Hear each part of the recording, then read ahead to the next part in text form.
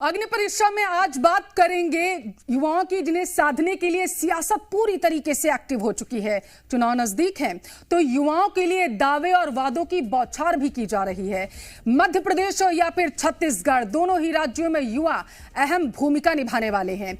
अब ऐसे में राजनीतिक पार्टियों की बड़ी अग्नि परीक्षा है इन युवाओं को साधना, क्योंकि ये वही युवा है कहलाएंगे इस चुनाव के किंग मेकर।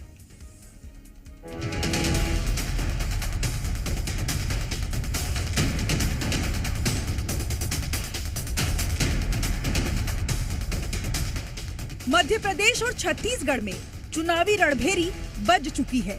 राजनीतिक पार्टियां चुनावी रण में पूरी तरह तैयार नजर आ रही हैं, तो इसके साथ ही तैयार है दोनों ही राज्यों की जनता, जो निर्णायक भूमिका निभाने वाली है। जनता वोट की ताकत से किसे धाराशाही करेगी, इसका फैसला तो 3 दिसंबर को ही सभी के सामने होगा।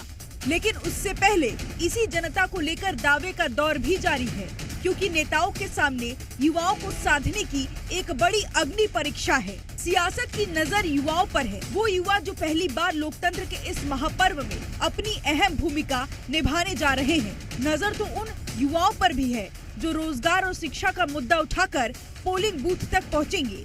तभी तो युवाओं को अपने अपने पाले में करने के लिए अलग अलग हथकंडे अपनाए जा रहे हैं। सबसे पहले बात पीसीसी चीफ कमलनाथ की करें तो उन्होंने आज युवाओं के नाम सोशल मीडिया पर पत्र ही लिख डाला। इस पत्र में उन्होंने लिखा कि आज हमें यह विचार करना होगा कि आपके माता पिता के खून पसीने की कमाई से मिली शिक्षा के बाद भी आप क्यों अपने परिवार के सपनों को साकार नहीं कर पाते हैं। इसका जवाब है कि भाजपा सरकार योग्यता से नहीं, सौदे और धन बल से चल रही है। इसकी प्राथमिकता में प्रदेश के युवा और उनका भविष्य नहीं है। ये सरकार युवा विरोधी है। सरकारी भर्ती धांधली की भेंट चढ़ रही है। भविष्य को देखकर वोट करें। कमलनाथ का ये पत्र सामने आया तो सियासत भी तेज हो गई। युवाओं को साधने की होड़ मच गई।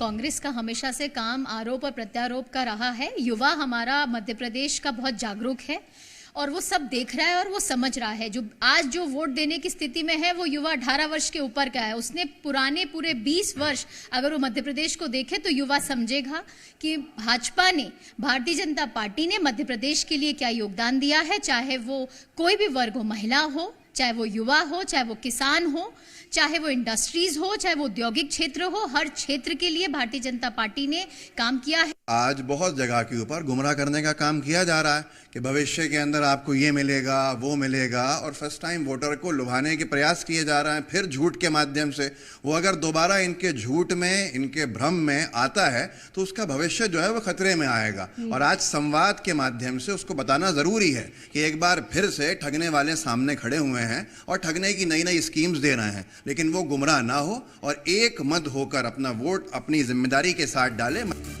युवाओं को साधने की सियासत केवल एमपी में ही नहीं है, बल्कि छत्तीसगढ़ में भी ये सियासत खूब देखने को मिल रही है। कांग्रेस ने युवाओं को साधने के लिए केंद्र सरकार को आड़े हाथों लिया तो बीजेपी ने भी पलटवार किया है। 16 लाख नए वोटर हैं। और देखिए, भाजपा के राष्ट्रीय अध्यक्ष आए थे, उनकी कार्यशाला में 1600 लोग भी इकट्ठा नहीं कर पाए कि 16 लाख लोगों को जाके कैसे अप्रोच करना। 16 लाख नए वोटर का एक बहुत ही मासूम सा सवाल है कि मोदी जी पिछले 9.5 साल में 2 करोड़ युवाओं को रोजगार देना था, अभी तक 19 करोड़ युवाओं को रोजगार मिलता। इन छत्तीसगढ़ के भी लगभग 37 लाख युवाओं को आबादी के अनुपात में रोजगार मिलता, और इन 16 लाख युवाओं में से कई लोगों को रोजगार मिलता। क्यों नहीं मिला? सुशील आनंद शुक्ला पुनः भूपेश बघेल के पदचिन्हों पर चलते हुए झूठ परोसकर जनता को अपने पक्ष में करना चाह रहे हैं, नए मतदाता को अपने पक्ष में करना चाह रहे हैं, जबकि खुद इन्होंने, इनकी सरकार ने विधानसभा में लिखित में कहा है कि हम केवल 20,000 सरकारी नौकरियां दे पाए। अभी किस मुंह से 1 लाख सरकारी नौकरियों की बात कर रहे हैं, ये खुद ही जाने। इनका झूठ बार बार नहीं पच सकता। जनता के बीच नए मतदाता जानते हैं इनके साथ जो अत्याचार हुआ है, पीएससी में घोटाला हुआ, व्यापम भर्ती में घोटाला हुआ। राजनीतिक पार्टियां युवाओं को साधने के लिए कड़ी मशक्कत कर रही हैं, लेकिन युवाओं के मन में क्या है ये तो वो अपने वोट की ताकत से ही बताएंगे। देखना होगा कि ये युवा किसके लिए किंग मेकर साबित होते हैं। ब्यूरो रिपोर्ट, जी मीडिया। तो चलिए सबसे पहले आपको मध्य प्रदेश में पहली बार मतदान करने वाले युवाओं का आंकड़ा बता देते हैं। युवा जो है इस चुनाव में किंग मेकर की भूमिका निभा सकते हैं। प्रदेश में इस बार 22 लाख फर्स्ट टाइम वोटर्स हैं जो पहली बार अपने मत का इस्तेमाल करने वाले हैं। अगर बात वोट परसेंटेज की करें तो पहली बार वोट करने वाले युवा 2.68% हैं जो सरकार बनाने में अहम भूमिका निभा सकते हैं। वहीं प्रदेश में 10 ऐसे जिले हैं जहां युवा किंग मेकर बन सकते हैं। प्रदेश में किसी भी पार्टी की जीत का बड़ा कारण युवा होंगे। बता दें कि इस बार प्रदेश में 5 करोड़ से ज्यादा वोटर्स हैं। ये हुई मध्य प्रदेश की बात। अब आपको बताते हैं कि छत्तीसगढ़ में कितने युवा पहली बार वोट डालेंगे और इस वोट की ताकत से ही वो नए आयाम स्थापित कर सकते हैं। छत्तीसगढ़ में 18 लाख से ज्यादा युवा पहली बार अपने मताधिकार का इस्तेमाल करने वाले हैं। वहीं इन 18 लाख वोटर्स में 2 लाख ऐसे वोटर्स हैं जिनकी उम्र महज 18 से 19 साल है। छत्तीसगढ़ में भी युवा प्रदेश में किंग मेकर की भूमिका में नजर आने वाले हैं। इसलिए राजनीतिक पार्टियों को अगर प्रदेश में सत्ता हासिल करनी है तो ये युवा काफी अहम है। बताते चले कि छत्तीसगढ़ में 30 साल की उम्र से कम वाले मतदाताओं की संख्या भी 48 लाख के पास है। वहीं इस बार छत्तीसगढ़ में 2 करोड़ से ज्यादा लोग वोट डालेंगे। ये हुई युवाओं की बात। अब आपको बताते हैं कि इन युवाओं को साधने के लिए दोनों ही प्रदेश में क्या कुछ योजनाएं चलाई जा रही हैं, क्योंकि ये योजनाएं भी काफी अहम भूमिका निभाती हैं। कई युवा योजनाओं के लाभ से भी प्रभावित होकर मतदान का इस्तेमाल करते हैं। सबसे पहले मध्य प्रदेश की बात करेंगे। एमपी में सीएम शिवराज ने अपने कार्यकाल में युवाओं को साधने के लिए कई योजनाओं की शुरुआत की, जिसमें मुख्यमंत्री सीखो कमाओ योजना, युवा कौशल कमाई योजना, मुख्यमंत्री युवा उद्यमी योजना, मुख्यमंत्री स्वरोजगार योजना के साथ साथ मुख्यमंत्री आर्थिक कल्याण योजना शामिल हैं। और इसके साथ ही और भी कई योजनाएं हैं जिनके सहारे युवाओं को साधने का दांव चला गया है। लेकिन ये दांव कितना सटीक बैठेगा, ये एक बड़ा सवाल है। और अब बात करते हैं छत्तीसगढ़ की। जिस तरह एमपी सरकार ने युवाओं को साधने के लिए कई योजनाएं लागू की हैं, तो वहीं छत्तीसगढ़ के सीएम भूपेश बघेल भी कहीं पीछे नहीं रहे हैं।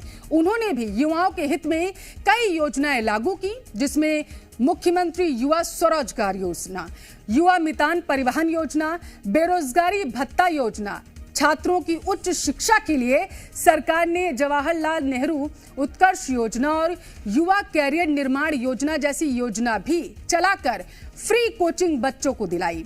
अब इन योजनाओं का चुनाव में कितना असर होगा, ये तो आने वाला वक्त ही बताएगा। युवाओं को साधने के लिए तमाम योजनाएं तो सरकार चला ही रही है, लेकिन वापस सत्ता पाने के लिए विपक्ष के साथ सरकार तमाम वादे युवाओं से करती हुई नजर आ रही है। पहला और सबसे अहम वादा, प्रदेश की सत्ता में वापस आते हैं तो रोजगार के मौके दोगुने कर दिए जाएंगे। अच्छी और उच्च शिक्षा का वादा, बेरोजगारी भत्ता और स्टाइपेंड बढ़ाने का वादा, सरकारी नौकरी के साथ साथ सरकारी परीक्षाओं को पूरी तरीके से पारदर्शी करने का वादा। इन सभी वादों के साथ सियासतदान चुनावी रण में युवाओं को साधने में जुटे हुए हैं। लेकिन क्या युवा इन वादों में आएंगे या फिर उनके मन में कुछ और ही चल रहा है? तो ये कुछ हमने आपको बताया कि क्या वादे किए जा रहे हैं युवाओं के साथ में, और सरकार ने कौन सी नई योजनाएं इस बार चलाई हैं इन युवाओं को साधने के लिए।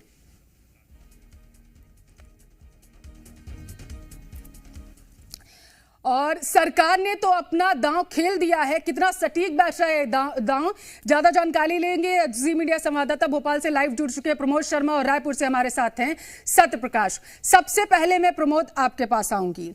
जिस तरीके से कांग्रेस चारों तरफ से बीजेपी को घेरने की कोशिश कर रही है, एमपी की बात करें तो, और बीजेपी जो है लगातार तमाम जो है चुनावी वादे कर रही है, तो उससे साफ तस्वीरें तो पहले ही क्लियर हो गई थी कि इस बार पूरा फोकस विपक्ष का, सरकार का युवाओं पर ही है। असर कितना होगा आखिर?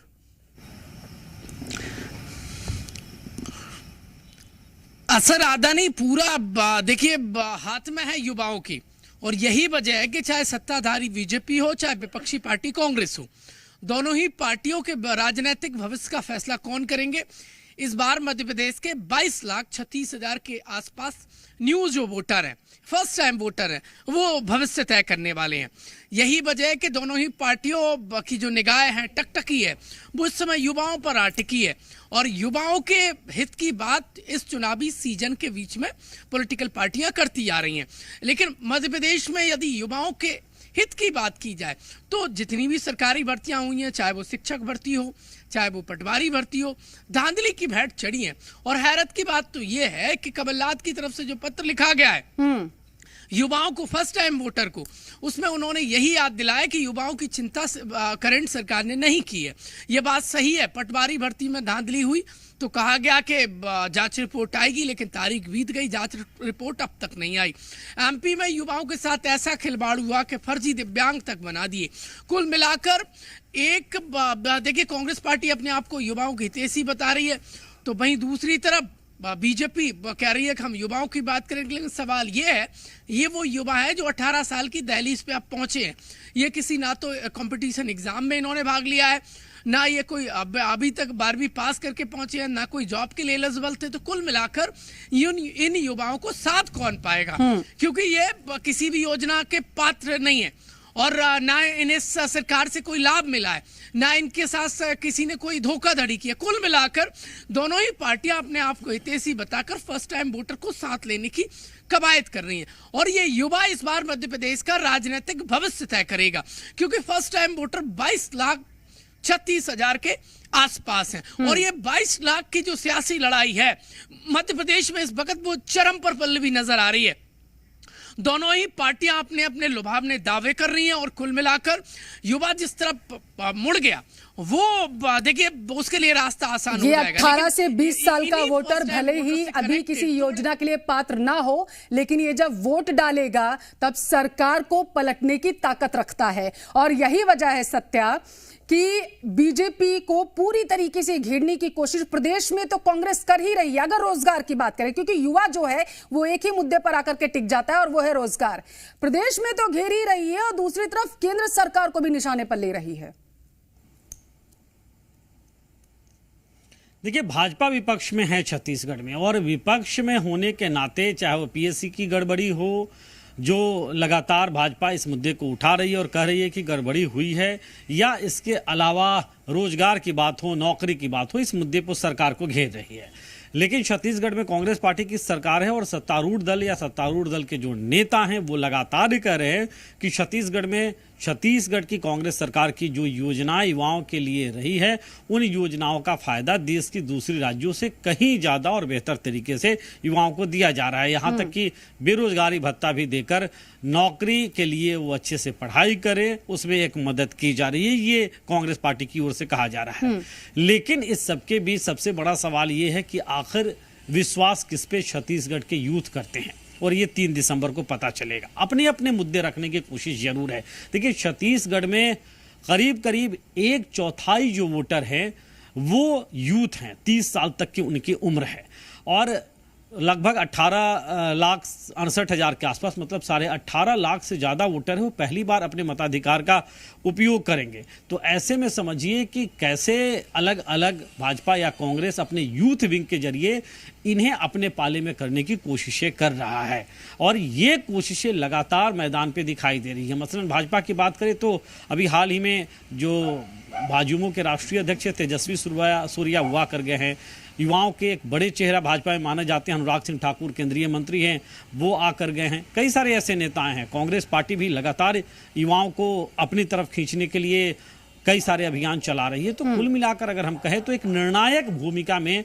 छत्तीसगढ़ में इस बार यूथ है इस विधानसभा चुनाव में। सत्या, छत्तीसगढ़ में ही नहीं बल्कि मध्य प्रदेश में भी यूथ है निर्णायक भूमिका में, किंग मेकर की भूमिका में यूथ जो है वो बैठा हुआ है। प्रमोद, अगर बात करें घोटालों की, तो मध्य प्रदेश में जिस तरीके से युवा सड़कों पर उतरा, ऐसी तस्वीरें हमने छत्तीसगढ़ में भी देखी, जैसे स्वास्थ्य कर्मचारी उतरे थे, लेकिन डिप्टी सीएम के समझाने के बाद उन्होंने प्रदर्शन खत्म भी कर दिया था। लेकिन एमपी से ऐसी तस्वीरें देखने को प्रमोद सामने नहीं आई थी। हालात तो तब और ज्यादा बदतर हो गए जब तस्वीरें वो सामने आने लगी कि जो दिव्यांग है, जैसा आप जिक्र कर रहे थे कि उनको नौकरी नहीं मिली है, बल्कि उनकी जगह पे जो फिट है, जैसे जेल प्रहरी वगैरह में हमने देखा, उनकी जगह पे फिट लोग जा करके नौकरी कर रहे हैं, ये क्या सबसे बड़ा मुद्दा हो सकता है युवा जिसको लेकर के जाएंगे और वोट करेंगे जाकर के? घोटाला। देखिए, आप चौंक जाएंगी कि प्रमोद शर्मा आपको कागजों पे दिव्यांग मिल जाएंगे। आप मध्य प्रदेश में पैसे दीजिए, आपको जाना नहीं है, दिव्यांग सर्टिफिकेट आपका बन जाएगा। यदि कोई इस बात को चैलेंज करता है तो मैं बनवा कर दिखवा सकता हूं। मैंने ये समझने की कोशिश की है, मैंने इंटरनली ये रिपोर्ट किया। आप समझिए मध्य प्रदेश में हकों पर डाका किस लेवल पे डाला जा रहा है। दूसरी तरफ दिव्यांग, मैंने राजधानी भोपाल में डेरा डाले देखे हैं, छोटे बच्चे हों बड़े हों, वो अपने हक की लड़ाई को लेकर प्रदर्शन करते नजर आए। तो ये आप आलम देखिए, तो कुल मिलाकर मध्य प्रदेश में जो नाराजगी है अलग अलग वर्गों की, वो बड़े पैमाने पर नजर आ रही है। और आर पार युवा इस बार मूड में है। कई जगह सरकार के खिलाफ मोर्चा खोला, और जब जब युवा बोला है तब तब सत्ता का सिंहासन डोला है। ये तस्वीरें इतिहास में दर्ज हैं। इतिहास में दर्ज हैं। और युवा जो वोट डालेंगे जाकर के 3 दिसंबर को, जो नतीजे आएंगे वो भी इतिहास बन जाएगा। देखना होगा कि रिपीट करती है छत्तीसगढ़ में सरकार कांग्रेस की, या फिर 2018 में जो नतीजे आए थे वो मध्य प्रदेश में देखने को मिलेंगे। बहुत बहुत शुक्रिया आप दोनों लोगों का तमाम जानकारी हम तक पहुंचाने के लिए।